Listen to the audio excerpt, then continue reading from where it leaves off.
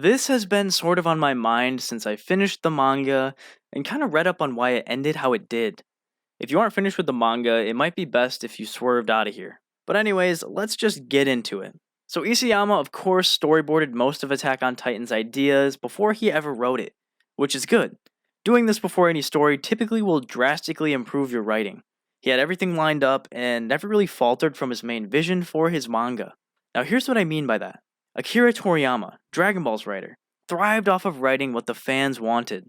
He storyboarded about nothing and basically wrote as he went. Hajime Isayama did not follow this trend at all.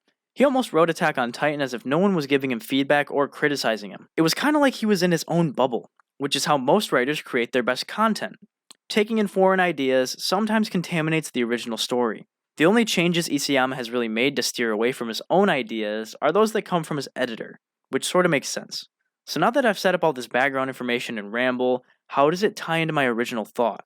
Well, Isayama admits he sought guidance for writing the end of his story. Not only that, but his editor made him change it as well. So there are already two things interfering with his writing. But that's not all.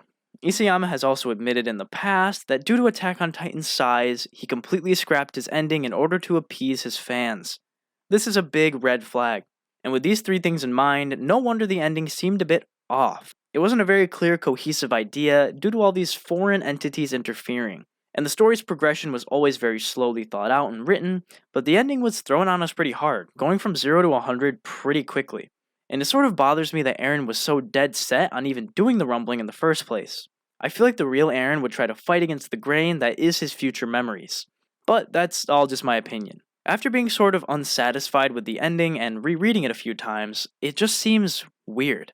It's weird that Isayama through the whole story kept a clear thought on what he was doing and unraveled it well, but for the ending he took in a ton of foreign ideas to try and manifest his story into something that it wasn't. Ultimately, I think the nerves got to him. In being nervous to create a bad ending, he sought guidance, but in doing so he created what some would call a bad ending. He probably wishes he didn't go off of his original ideas after seeing the feedback. I think with this ending he was trying to make something grandiose to distract from his lack of an idea for the ending. Of course he had an idea for the ending.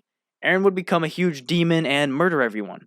But he didn't know how to close it out. His original idea for the ending was that he wanted everyone to die. I'm pretty sure we've all heard that. Everyone basically died in this ending as well, but not how we thought. I'd like to ask Isayama some questions like, was the huge Eren skeleton always a part of this ending idea, or was the concept totally different? I don't really know if I can say much else without going in circles, but I do have some final thoughts. I think the ending would have been a lot better if he'd stuck with his own ideas and wrote without outside intrusion, but unfortunately that was not the case. He looked for a lot of help, and too many others had changed what he wanted to do. So yeah, let me know what you think about this. I'm out of here.